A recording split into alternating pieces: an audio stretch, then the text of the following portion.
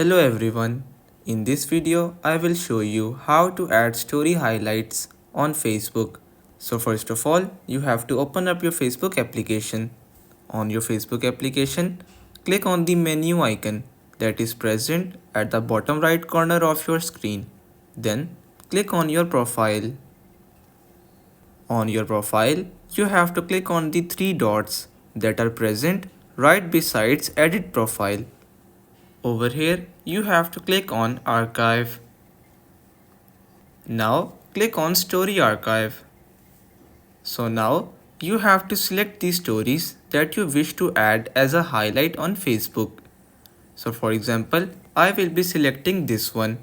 On the story, you have to click on the featured option that is present at the bottom right corner of your screen. Then, click on Create New Highlight. Now first of all, add the title of your highlight. For example, I will be using test. Then you can also add more photos in your highlight by clicking on the add more option.